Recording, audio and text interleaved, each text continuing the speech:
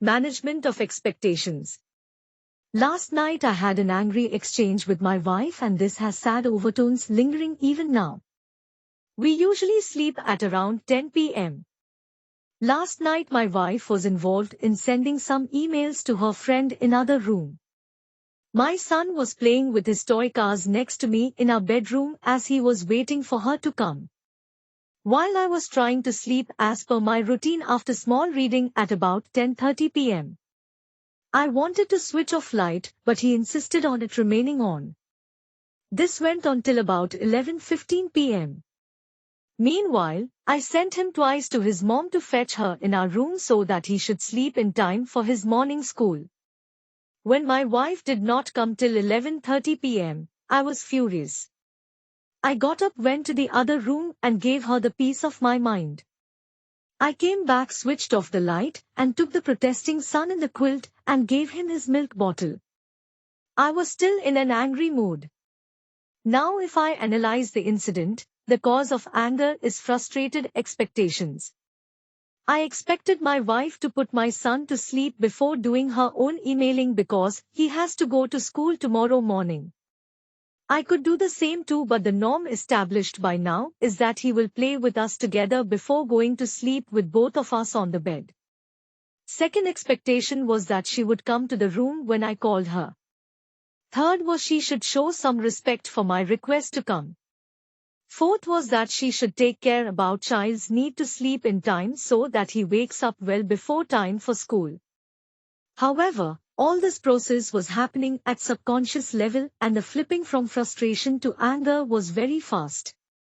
If I had no such expectations, then there would have been no frustration and anger. If we examine closely, our happiness depends a lot upon our expectations. When our expectations are fulfilled, we are happy, otherwise unhappy. The degree of happiness and unhappiness depends a lot on the extent to which the results deviate from expectations in either direction. If they are much more than expectations, then our happiness also is much more, and the reverse is also true.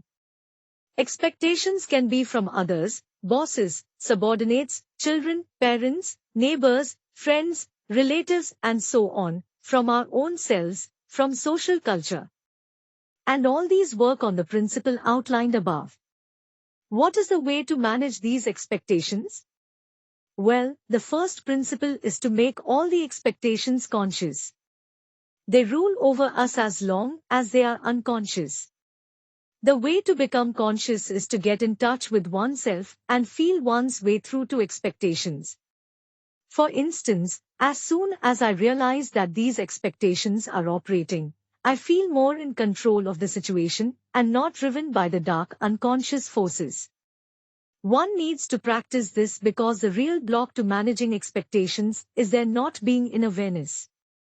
The second principle is to get in touch with the ground realities so that expectations can be reality-based.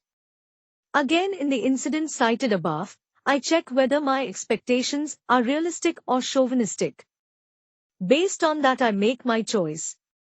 The third principle is that if they are my expectations, I can control and influence them in either direction, i.e. change them, enhance them, or reduce them. If they are others' expectations, I can renegotiate them with others and make my life easier. This principle spells my freedom and power to influence my happiness. The fourth principle is to be flexible in reducing or increasing one's expectations. Because ultimately one wants to be happy at all times. The lower the expectations, the greater the scope and chance of happiness. Increasing expectations from others can help others to put in greater effort and achieve bigger results, but for oneself it may reduce happiness. Take another example. The child is happy to get a toy car, whereas the elders need a real big car to be happy. The reason is again expectations. A poor man is happy if earns 300 rupees, whereas a rich man is unhappy because he earned only 300 rupees only. Expectations are the gateway to understand one's value system. For instance, I have this cultural conditioning that my wife should respect my request in the above incident. When I discovered that she was unmindful of my request to come to our room, my expectation was frustrated. This expectation is clue to my value that spouses should respect the reasonable demands from each other. By understanding one's own and others' expectation dynamics, one can revise and reshape one's value system towards better life values. In sum, one's happiness is in one's own hands if one can become free to mold one's expectations. Where neither society nor others nor one's own self can dictate expectations.